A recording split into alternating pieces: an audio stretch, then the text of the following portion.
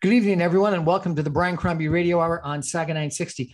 A week or two ago, I read a fascinating column by Meredith Ralston. She's a professor of women's studies and political studies at Mount St. Vincent University in Halifax about slut shaming and how we had to stop it. And so I reached out to her to see if we could get her on the show, and she's agreed to an interview tonight. And so I want to introduce you to Meredith Ralston. As I mentioned, she's a professor of women's studies and political studies at Mount St. Vincent University in Halifax. She's a documentary filmmaker whose films include Hope in Heaven, Selling Sex, and Why Women Run. Her research work has been in the areas of sex tourism in the Philippines, women in politics, homeless women, and sex work in Canada. She has just published a book with McGill Queen's University Press entitled Slut Shaming, Whorephobia, and the Unfinished Sexual Revolution. Her recent op-ed in the Globe and Mail was called The Desexualization of OnlyFans is Not Only Sex Workers' Problem. Wow. Meredith, professor, welcome to our show. How are you?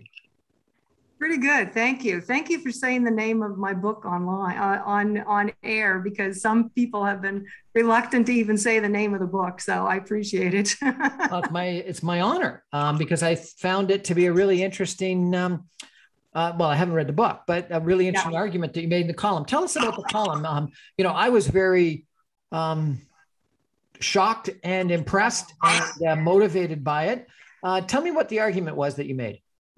In terms of the Globe and Mail editorial. Yes. I've been interested in OnlyFans for a while for lots of different reasons. It fits exactly into my book. But in the last provincial election that just happened, ended last week, basically, in Nova Scotia. In Nova Scotia, the provincial election, there was a young woman candidate who ran for the Liberals. And in the vetting process that happens as a political candidate, she had disclosed that, she's a tattoo artist and she likes taking pictures of herself and she puts them on Instagram. And she's also done what she called boudoir photos, which many women have done. And she put them on OnlyFans. So whether or not the people who were doing the vetting just didn't understand what OnlyFans was, or I don't know what happened. But anyway, so she disclosed it. She became the candidate. But then within 24 hours, actually, of her becoming a candidate, somebody higher up in the vetting process must have either looked at OnlyFans or realized really what it was. And then she had to step down. So on the one hand, it was a good reaction from people in general, in that it's almost like, have we been transported back to the 1950s? Like, what is that all about? It's a woman who, is taking pictures that she has done herself. There's no exploitation, no nothing. And she's actually making money. So that's just to give you the context of OnlyFans. And then what happens is OnlyFans, which made their money through sex workers and pornography, not that this woman was, but lots of people put their photos on there and make lots of money. So a couple of weeks ago, then said they were going to eliminate the sex worker or the nudity part, the pornography part, right?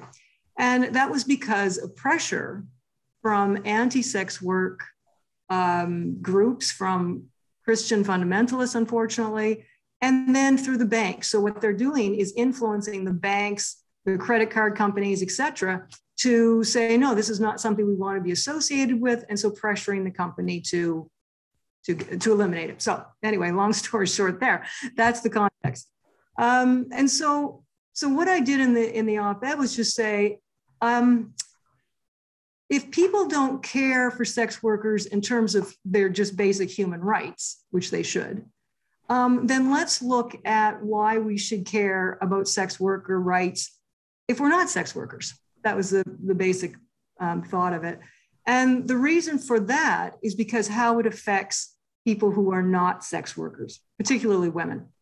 And so that was basically what the article was about. And I can run down a couple of the reasons for that, which all have to do with this idea of slut shaming. And that when we slut shame sex workers, we are also slut shaming women who are not sex workers. What's the connection there? I don't understand that. How do you slut shame other people if you're slut shaming sex workers? Because, so I give a couple of examples there. The sexual double standard has to do with the difference between how we treat how men are sexually active and how women are sexually active. And it's usually quite negative. So an example I can give in terms of the slut shaming is the young woman who's certainly not a sex worker, Indigenous woman in Quebec who, in her dying minutes, was slut shamed by the nurses, Joyce Echaquan. And so basically they were saying, you're only good for sex, basically only good for sex. And so to be associated with sex is to be dehumanized. And so there's that connection. And then there's the connection, the actual connection with sex work, which is the general stigma around sex work. And the young man in Thunder Bay, who I'm sure you've heard of, who thought it would be a great night's entertainment to go out and, as he said, go yell at hookers. So what he did was, and they had been drinking, no doubt about that, but he went out and just two random women walking down the street, he threw a trailer hitch out the window. It ended up hitting one of the women and in the end killed her, and he was convicted. And so again, it's just an example of, if we put our stigma on sex workers and anyone associated then, even thought to be a sex worker, is also in danger, if you will, because sex workers are bad girls and they need to be punished. So, I mean, it took a whole book for me to write about what those connections are, but I think you can see it in those two examples. You know, the woman who is being slut shamed because being only good for sex, and the woman who's walking down the street, but is presumed to be a sex worker in that particular area.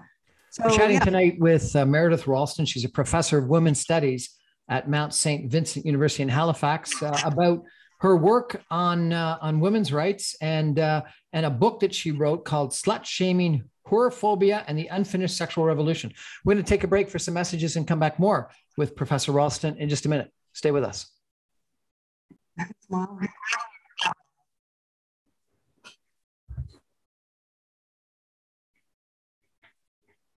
Welcome back to the Brian Crombie Radio Hour on Sagan 860. We're chatting tonight with Meredith Ralston. She's a professor of women's studies and political studies at Mount St. Vincent University in Halifax. She's a documentary filmmaker whose films include Hope in Heaven, Selling Sex, and Why Women Run.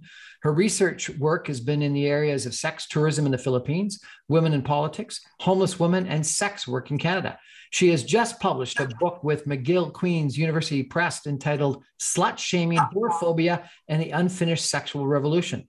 And she recently had an op-ed in the Globe and Mail, which I read, which I was quite impressed by, called The Desexualization of OnlyFans is Not Only Sex Workers' Problem. Professor Ralston, what is OnlyFans? Maybe you could describe that to people, because I never even heard of it before your column. Yeah. OnlyFans is a platform for what are called content creators. It could be celebrities, it could be, it's obviously ordinary people and some sex workers. And so it was developed in order to get, it's a paid subscription service. And so people can interact directly with their fans for a price. So you pay a monthly fee. The content creator uploads photos, videos of various types. I mean, there's cooking shows, there's lots of different things. It's certainly not just sex work, but sex work is how they made their money. It's based in London. So I think there's about 2 million content creators. I think they made something like $2.5 billion or something. For each content creator, whatever they make, they pay 20% to OnlyFans. So there is a cut there. And they certainly made a reputation on sex work. So it's a safe way for sex workers to make money, but it's not just sex workers. As I mentioned, the young woman, the Liberal candidate, but also if you look online, you can find people, there's a teacher, there was a young woman, not just a young woman, it caters to anybody really, if you can get a fan base. And so this young woman was making something like $200,000 a month with this paid subscription. So it's very popular, obviously, driven by the market, and that's obviously. this Liberal candidate in the Nova Scotia election that you mentioned. So she was selling pictures on OnlyFans of her in a boudoir shot, correct? She says, I haven't seen them, so I'm not sure what they were, but they were apparently too racy for the Liberal Party. But they weren't nude. And frankly, should it matter whether they were nude or not? Do you think? No, I don't think so, because it's not illegal. Pornography is not illegal if it's adult consensual, of course. Pornography is not. So you believe that someone that has sold nude or lingerie pictures of themselves has every right to be a candidate for any political party as anyone else does? There's nothing wrong with selling pictures of oneself in lingerie or nude. Yeah, and I think that's the slut shaming we have to challenge. The idea that a sex worker is not, or somebody perceived to be a sex worker, is not eligible to be a political candidate, not suitable to be a political candidate. Now, I know a lot of people would say, no, they wouldn't. And part of the feedback for her, a lot of it was very supportive, but there were people, and I remember one comment in particular, well, she has to choose between being a politician and a sex worker. Well, one, she isn't a sex worker, which makes it sound like it's bad that she was, but clearly the assumption is that if you're selling pictures of yourself, then you are a sex worker, and it's a mutually exclusive thing. If you're a sex worker, you can't be a politician. So it reminds me of the arguments in the 1970s, just in terms of, are you a woman or are you a politician? That you can't be both. And so I just think that it's a really moralistic way to look at something that women can actually make a lot of money doing. And that's where we want to control them, what they do, their behavior. So no, I think we need people in politics from all walks of life, including sex work. I was really intrigued by your title of your book. Tell me, please, what is whorephobia? Whorephobia is kind of an extreme version of slut shaming, and it has to do specifically with the stigma around sex work, to the point where bad girls are, that people think they should be punished. If you look at serial killers, if you look at the violence against sex workers, that's all part of whorephobia, that the worst offenders knew that they could get away with it because people didn't care. If you looked at Picton out in downtown East Side, almost 60 women he killed? And nobody cared. Nobody went looking for them. Very few people did, until finally they got evidence against him. So there's so many different examples of that, where sex workers are just seen to be throwaway people. And that's why I use that example of the young Barbara Kentner in Thunder Bay. I mean, she wasn't a sex worker, but because of that association, that he felt that it was okay to throw things at sex workers. And you hear that all the time. I mean, when there used to be more of a stroll situation, there's, fewer strolls these days anyway, but people would throw things out at the window. They would yell things at people.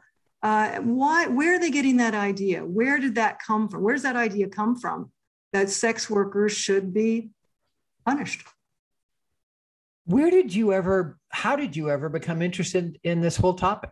Tell me about, you've been a professor at St. Vincent University for 28 years. Yeah, yes, I have. How did you become so interested in sex work and slut shaming and whorephobia? Well, a couple of reasons. I deal with a lot of young women. Obviously, it was a former women's university, and so most of the students are young women. And we talk about these issues, and every year I keep hoping, this will be the year that nobody knows what I'm talking about, and they won't have experienced this. These are 18 to 22-year-old girls, young women. They won't have experienced slut shaming. They won't know what a sexual double standard is. I will be retired way before that ever happens. So that's kind of the flip answer about why I continue to do work on these issues. But the longer term issue is that I used to work at a homeless women's shelter, both in Toronto and in Halifax. And so you would meet women who were doing some kind of sex work for extra money. And so they the difference between the women I met and knew and liked a lot in these environments and what you see in the media were totally different. And then, so I started working on. What do you mean by that? Well, if you think about the media image of, now I could be, I'm generalizing myself here as well, but the media image of sex work is not very good. Not like Pretty Woman. Yeah, not Pretty Woman. No, not Pretty Woman. And yet, because I've been working on these issues so long, I've met a lot of women who do sex work. And of course, there are some women who do fit the stereotype of the street, drug addicted, what are called survival sex workers. But that's probably 10 to 20% of the total. So 80 to 90% of sex workers are actually consensual adults. They're doing it probably for the money. The money is very good, but for other reasons as well.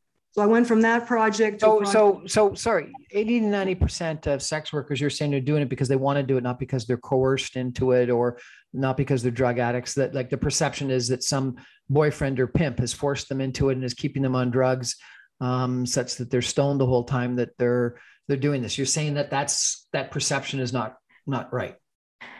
Exactly. Yeah. And I think that's the media perception that has to change.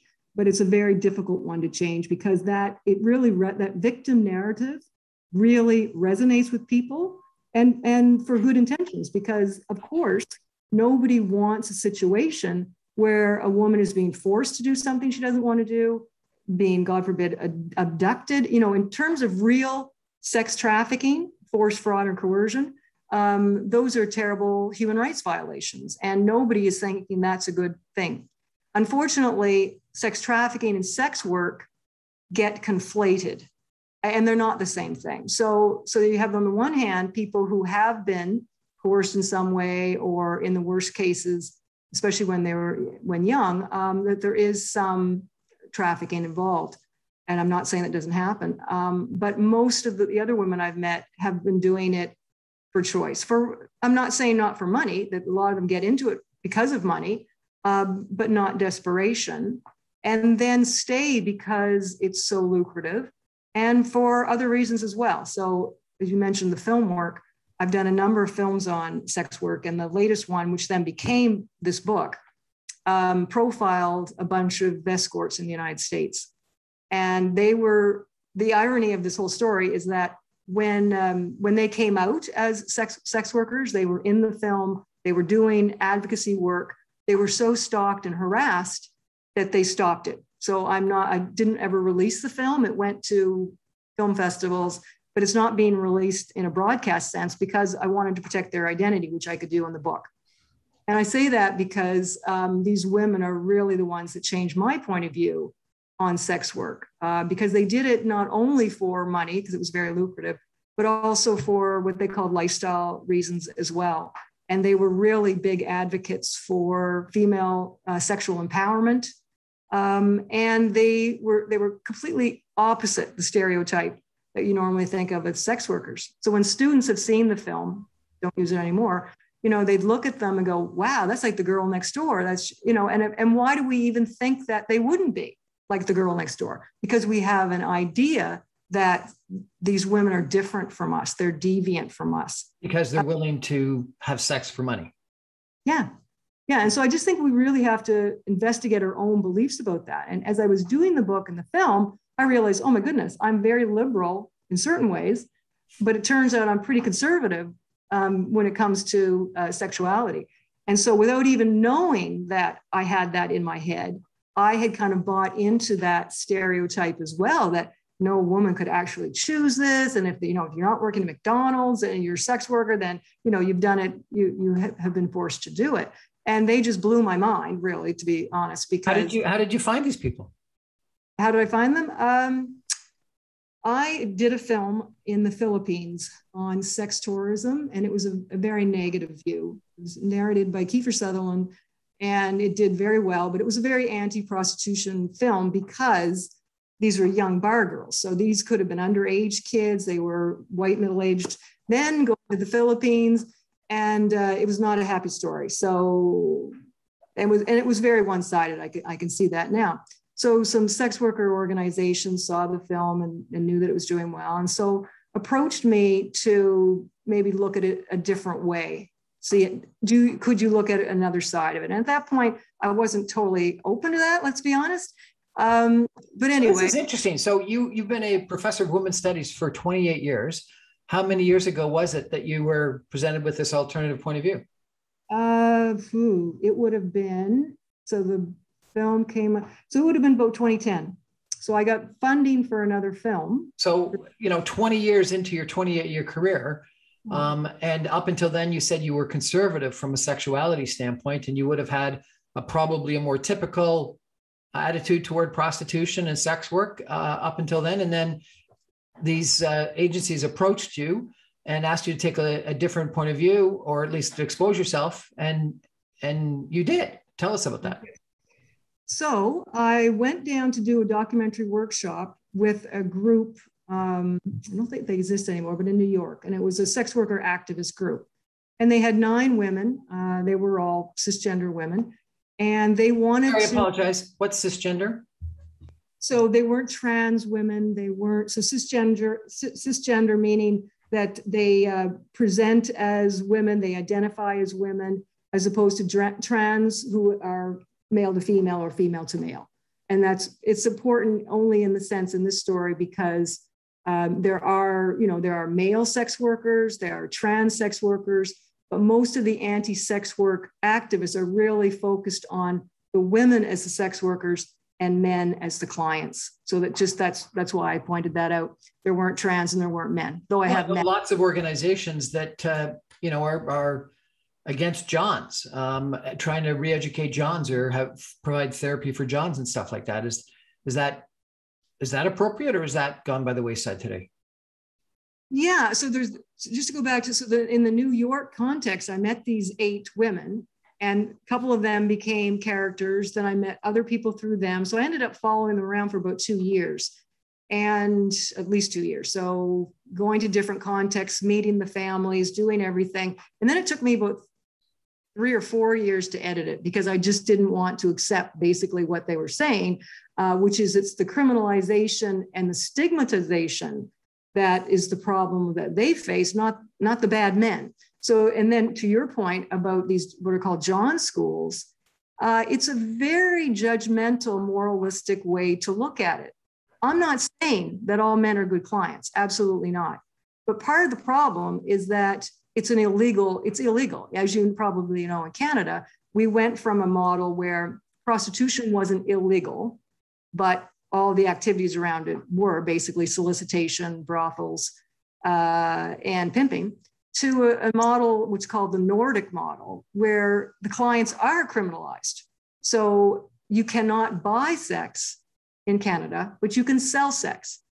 So that's a whole other argument about what that asymmetrical model. The good intention, I think, from the anti-prostitution point of view, is that men are the bad guys here. Women are the victims. And so we're going to criminalize the men so they won't do this. Well, good luck. And in what world it's probably not going to happen anyway, but it just makes it worse for the women who are doing sex work for a choice, because it criminalizes their clients. So it makes, even though they're not criminalized in most circumstances, they are in some, it means that the transaction itself is. So there's always that danger that he could be arrested, you could be arrested. That could be a whole other show, but yeah, that's a huge problem. Huge problem. So should prostitution be illegal? No, sex work should be decriminalized, as it is in New Zealand. New Zealand really does have one of the best models for sex work. So you can have a situation like in the United States where it's just simply illegal, except in certain counties in Nevada. You think about the brothels in Nevada. But in every other state, it's basically illegal, and in some states, it's still legal to actually have police, entrap women, have sex with them. And as soon as the money is exchanged, they are arrested. So that's one of the worst situations. Then you have the legalized models, Germany and Amsterdam, Netherlands. And then you have this Nordic model, which is Sweden, Iceland, Canada now. And it's seen to be more progressive. So I want to reiterate that people do think of it as progressive, because, oh my goodness, Sweden has it. But in fact, it's pretty regressive, because what it's doing is still criminal. It's still in a criminalized environment. And so what New Zealand has done, what they think is best for sex workers, is to use labor and other laws, health and safety laws, to regulate the industry, but not the criminal code. It doesn't mean that assault would still be illegal, trafficking is still illegal, coercion for anything like that. And we have those in the criminal code anyway. But actual sex work would be taken out of the criminal code. That make sense? Yep. Fascinating discussion that we're having tonight with Meredith Ralston. She's a professor of women's studies at Mount St. Vincent University in Halifax. We're talking about slut shaming and whorephobia, et cetera. We're going to take a break for some messages and come back more. And her book also is called The Unfinished Sexual Revolution. And I'm going to ask her about that next. Stay with us.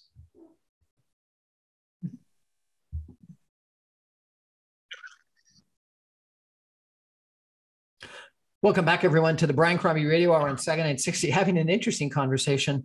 I'm a little bit red in the face with it. I guess that's part of my bias. I apologize. But we're talking with Meredith Ralston. She's a professor of women's studies and political studies at Mount St. Vincent University in Halifax, Nova Scotia, Canada. And she's a documentary filmmaker. Her films include Hope in Heaven, Selling Sex and Why Women Run. Her research work has been in the areas of sex tourism in the Philippines, women in politics, homeless women, and sex work in Canada. And she's recently published a book called Slut Shaming, Whorephobia, and the Unfinished Sexual Revolution. Why do you think, Professor Ralston, that I guess legalizing or decriminalizing sex work is part of the unfinished sexual revolution? Great question. Because I think there's still a real bias against the sexual freedom of women. You talk about the power gap, you talk about pay gap, but there's what's called a pleasure gap between men and women, meaning that for both in terms of what is called orgasm equality, but also about the stigma around sexually active women, there's still a problem that way. So there was a sexual revolution in the 1960s and 70s. But I'm saying that and I'm not the only one, there's lots of people saying that it's unfinished because we still have a bias against female sexual empowerment. And I think that the sex workers are the tip of the iceberg in the sense, and that we don't identify with them, but when we don't, we are reinforcing this good girl, bad girl dichotomy. And so it wasn't until I met these women that I mentioned previously in the film that I realized, oh my God, I am such a good girl. It's ridiculous. I had no idea. And I didn't realize even through my own socialization how that came about. It was just, the water you swim in. And I didn't see the downside to that until I met these women, because in a sense, it was because I was so concerned about being that bad girl. And if I could just digress for a minute to talk about an anecdote in the book that may illustrate this. So you've probably heard of a movie called Saturday Night Fever. It was late 1970s. So I was a kid. I was a young teenager, way too young to go to see this thing. And it's, when you think about it, it's a disco dance movie. I mean, it's John Travolta and he's doing his disco, and exactly, yeah. And it was huge. It was a huge movie. So I went with my father because I couldn't get in. I wasn't old enough, and a best male friend. So it was excruciating on every level. I'm sure my father had no idea what he was getting into. But anyway, in the middle of the movie, I don't know if you remember it, but there's basically a date rape scene. And John Travolta is very explicit throughout the movie. He says, I actually went and looked at the script to make sure my memory was correct. Because it was only later on that I realized why this was so horrifying. And so part of what he does in the film is talking to his character's named Tony, and he's got this friend, Annette, who wants to be more than a friend. And he says to her, you have to choose. You have to be a good girl. Are you a good girl? Or are you, and he uses a very bad word, which I will not use, C word. Are you a good girl or are you a blank? So again, yeah, I learned 3 words I'd never heard before. And she says, well, why do I have to choose? Why can't I be both? And he says, no, you can't. That's just the way it is. So we will know how to treat you. The boys will know how to treat you with or without respect. So then in the middle of the movie, she has sex in the back seat with one of his friends. Another boy, another young man has sex with her too. She's crying. So even then I knew there was a huge issue and blurred line of consent going on in this scene. And then Travolta afterwards says, well, there you go. You basically, now we know how to treat you like the slut that you are. So I use that just because every woman has had one of those experiences. The more you talk to people about, and according to research now, every young girl has been called a slut at some point or another, where that wasn't really the thing in 70s and 80s for me. It was, but it's very common now. And so that to me says, like, we're not even, the idea of being a bad girl is so reinforced that we don't even think about it, but it controls our behavior. It controls the way we present in the world. It controls what we do.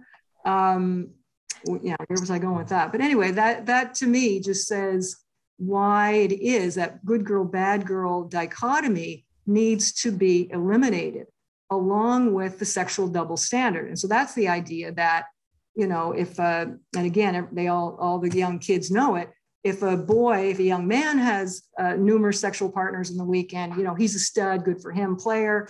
If a young woman does, even to this day, she's slut shamed. And there's so many examples of young women who, I think about Rehtaeh Parsons in Nova Scotia, slut shamed to the point that they attempt to take their lives. And I think it's even worse now than it was back in the day because of social media, because of cyberbullying, because of the phones, sexting, all of those things are all related. And so I think that until we get rid of that good girl, bad girl stigma and the sexual double standard, we will not have finished the sexual revolution. Fascinating. You talk about rape culture and myths of rape culture. What are they? So a rape culture is, and it's unfortunately fairly common, is a society like our own that has still not really come to terms with sexual violence against women. And you can see that in the laws historically, in terms of originally rape was a crime against property. So it was a crime against the husband or the father of the woman, not a crime against herself. And that, of course, has changed over time. But unfortunately, what hasn't changed is this idea that sexual assault makes one into a bad girl. And that's why women aren't believed. So if you look at the Me Too movement, and I think that's really helped, you think about all the different examples, Weinstein, the US gymnastics scandal, all these women came forward. And they had done so individually over numbers of years, talking about these people and that they were doing stuff, and they weren't believed. They weren't believed until dozens of people came forward to make the same claim. So that's kind of a rape culture, that sexual violence is either minimized, women aren't believed, and they're blamed for their own victimization. So that's the victim blaming. So why, and you still hear, friends of mine still say things like, why did she go out that late? Why was she wearing that? And even though she almost deserved it. That she should have look at what she was wearing, and she shouldn't have gone home with him, and she shouldn't have accepted that drink or accepted that ride. Yeah, and the alcohol is a big one, of course, and that's rampant on campuses as well. That somehow that she's being blamed for the violence against her. Okay, but what about the other side of the issue? There's a series, I don't know if it's on Netflix or Apple TV or something like that, called The Morning Show. I'm not sure if you've heard of it, but it's I think a sort of a takeoff on Good Morning America and Matt Liar, or whatever his name was. And its argument is that the Me Too movement may have gone too far, and that some men / potentially perpetrators were unfairly judged and and accused when that was either what was sort of culturally okay back a generation ago, or frankly, the females were actually taking advantage of the situation to help themselves.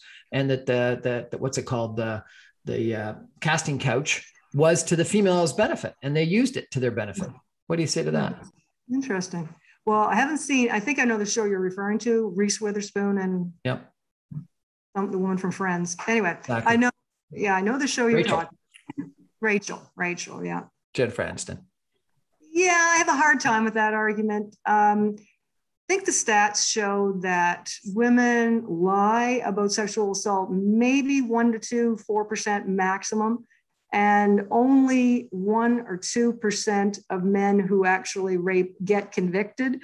But I do understand that people think it's a pendulum. You go to, it's been so bad on the opposite side with women who do not want to come forward.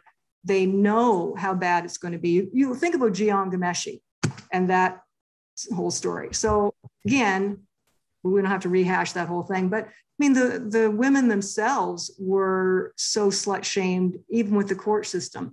So women know that if they disclose and they go to the police and they actually do get a prosecutor to, take the case, it's going to be rough going. It's going to be rough going because they're going to be slut shamed. They are going to be, have to go through terrible interrogation. A series that I would recommend, they're called Unbelievable. It was unbelievable. It was so good. It was about sexual assault based on a true story, but very, very well done. And the young woman, it is not believed. It does happen. And yet she's almost convinced by the police in the end that it didn't happen, right? Because they're just questioning so many things. To your point about, whether, I mean, that's a hard question, because I think there does have to be obviously due process. Right. And with Weinstein, with others, when multiple women, like I'm thinking about the case of the US gymnastics doctor, something like 175 girls and young women. And when I looked at the case, and there's a couple of good documentaries about that, I mean, he was just doing abominable things in front of parents. There was a certain masking of what was going on, but it was real gaslighting of the parents, of the girls, and when a couple of them did come forward and say, Dr. Who's it did this, and they're, oh, no, you must have misunderstood that. No, he wouldn't have done that. And yet they were elite gymnasts. They want to go to the Olympics. So they go, okay, well, I guess that's normal. Maybe to your point about the casting couch, but no, I don't think, and certainly some of the worst examples that I can think of, it wasn't just about even sexual harassment. I mean, I think about my grandmother, and, sometimes one, she wishes I could, do research on things she could actually talk to her friends about.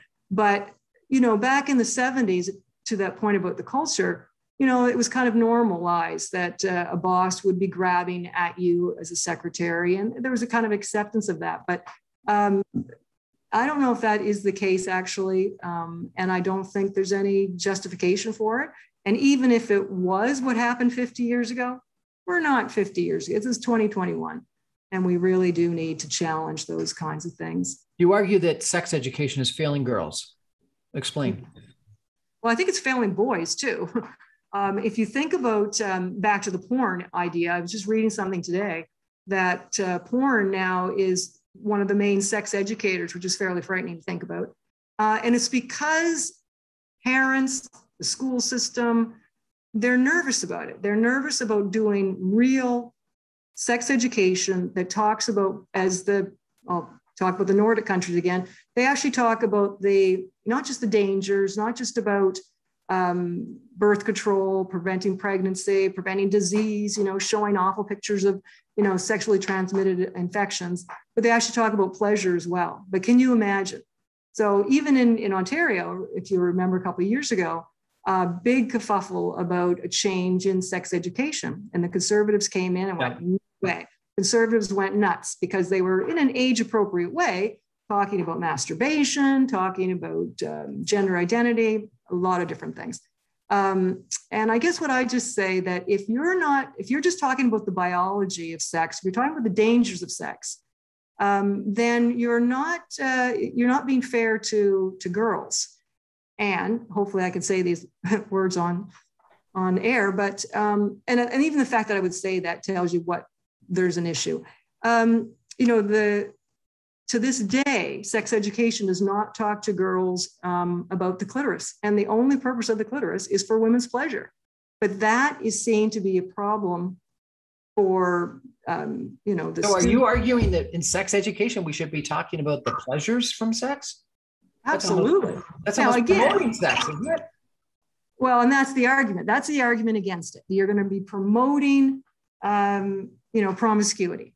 But why, if sexuality is a healthy part of life, which it should be, and it is in most cases, then why aren't we preparing girls? So another example. So I do remember there was the Surgeon General of the US. She had to resign when she talked about teaching masturbation, God forbid. And I'm not talking about, teaching them like in class, but to talk about the importance of it, because boys don't need a class in masturbation. They don't need a class in having to give themselves pleasure, right? That for whatever reasons, biology, etc., it's more acceptable. I mean, there may be some shame around masturbation, but they don't need a class to be told how to have an orgasm. And you think many females women do? They don't find themselves and pleasure themselves the same way young boys do? No, absolutely not. Really? I read this another great book called The Pleasure Gap. And basically, she interviewed about 120 women. And as they all said, we were taught to be sexualized, to look sexual, but not to be sexual. And so they had not learned about their own bodies. Their own sexual pleasure was completely secondary to the male partner. So we're talking about heterosexual relations here. And that's why I say that we're actually giving girls that we're actually reinforcing a male-focused sexual experience when we're not telling girls about the pleasure of their own body, so that if they knew what their own body could do, then they would be able to be in a better position to ask for, demand, whatever, know that they can have sexual pleasure too. And is most porn that you say is the way that people learn about sex today, is it sort of focused on this male-oriented pleasure? I would say so. I mean, I'm not a big porn consumer, so I can't really tell you. Neither but I'm not. I like Dirty Dancing and Outlander, that kind of thing. But from what I've seen, what I hear, I mean, there's so much. There's different porn, and there's different porn for all tastes. But the stuff that most kids are probably watching is not going to be something that is talking about women's pleasure in a realistic way. There may be a lot of screaming and yelling, but it's not about how you actually ensure that your partner has pleasure. And it's not just about the partner, it's about the person, him or herself, knowing their own body well enough to know what to do. We're having a fascinating conversation tonight with Professor of Women's Studies, Meredith Ralston. She's a professor at Mount St. Vincent University, and she's just recently published a book called Slut Shaming, Whorephobia, and the Unfinished Sexual Revolution. And I found her because of a column that she had written, an op-ed in the Globe and Mail called The Desexualization of OnlyFans is Not Only a Sex Worker's Problem. Stay with us. We're going to come back for some concluding comments in just a minute.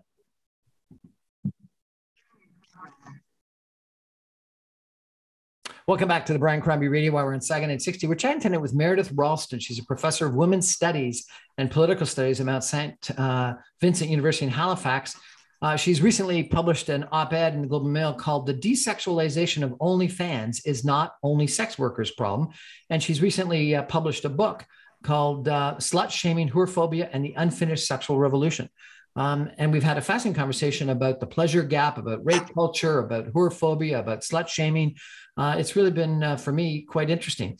And I think suggests that you're right, that the sexual revolution really hasn't been completed, and we need to think about working on it.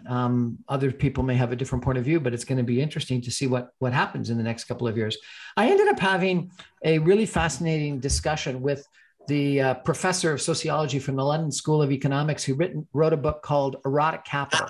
I'm not sure if you're familiar with the book. She's in my film, Catherine Hakam. And she argues that there's a male sexual deficit, always has been, and that because of that, females have erotic capital. They've got something to make money from or gain power from or something like that. And that misogyny in a lot of ways is a way of stopping them, disallowing them from actually capitalizing on that erotic capital, sexual power, attractiveness, et cetera, that they have. And she would argue that, if they deserve more pay or better jobs or get paid for sex work or whatever it is, they have a right to make use of that erotic capital. What do you think of that argument? Well, as I said, I actually did interview her for the film, funny enough. And I like a lot of what she's saying because I think she's absolutely right. And the OnlyFans example illustrates that. Here's a way for women to make a lot of money, but there's such a moralistic judgment about that there's pressure on the banks, on credit cards, on the companies themselves to shut all these sites down. So it doesn't seem to me to be a coincidence that women are advocating for themselves, are making money through erotic capital. That's essentially what it is. There's a market, there's clearly a market for it. And yet they're being shut down, even when it's a really safe site. And so this is not about actual sex work. You're not with somebody. There's no danger that way. So it is a completely moralistic view. And I do worry that that's exactly why they're trying to shut it down, because they don't like the idea of women making a lot of money based on erotic capital. Who doesn't? Who doesn't? Is it men? Is it the church? Is it mother? Like she argues that a lot of it comes from mothers. From mothers? That it's intergenerational social pressure. Sure. I mean, no question about it. There's a reason why, what we didn't talk about tonight was some of the, the historical reasons for slut shaming, right? And so this goes back hundreds, if not thousands of years in terms of the control of women's sexuality in order to control their reproduction. It's going on today. Look at what's going on in Texas. They basically banned abortion in Texas with their 6-week rule. And what's that about? That's about controlling women's sexuality in order to enforce women having children. So if you think about it, until about 25 years ago, men would never know that they were the father of a child unless they knew or controlled or trusted the woman they were having sex with, right? So there's lots of different. There weren't any DNA tests. Is that what you're arguing? Until before DNA testing. So men now can have some confidence that that child is their own. So you're saying this moral attitude of controlling females is just because we want to know that kid is really our own kid? Absolutely. Really? So there's the historical, the anthropological, biological, and then that's translated by the churches, not just churches. Almost every major religion controls sexuality and controls women in some way.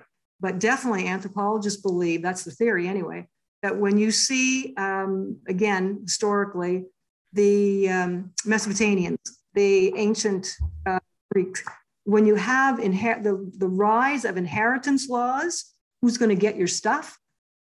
At the same time, you start having anti-adultery laws, very harsh anti-adultery laws for women, not for men, for women. So I don't think that's a coincidence, in terms of having men would know once they knew their role in reproduction, once that was clear probably through agricultural production and domestication of animals, then they had a vested interest in knowing that those children were their own. And so bottom line, you think that females should be allowed to be as sexually active as men, that there should be no difference in the pleasure gap. There should be no difference between a male player versus a female player. And that prostitution, sex work should be decriminalized, if not legalized, and regulated by health standards and the like. You have said it exactly. Really fascinating, interesting conversation. Yeah. Who should read your book? Who should read? Well, I think anyone should read my book, but especially if you have young women in your lives, if you have young men in your lives, if you believe that women should have sexual empowerment, if you think that women deserve a flourishing sex life, I think you should read the book because it shows where these things come from. And it gives examples of how, without even knowing it, good girls are socialized to be good girls. And what are the downsides of that as well? So yeah, I mean, it's there for university students for sure, but I'm hoping there'll be some more general interest as well for people interested in women's sexual empowerment. Do males take your classes as well as females? I do. We do have, I teach in women's studies and they do tend to be primarily female. But I'm also in the political studies department. We have more men, but my particular university is still 80% female. I mean, most universities are now more female than male, but we're historically one of the female colleges. And so we still have many more women. And if people are interested in getting your book, is it on Amazon, at bookstores? Where can they get it? Yeah, it's at Chapters. It's at your local, usually should be hopefully at your local bookstores, on Amazon, through the website. But yeah, Chapters is carrying it.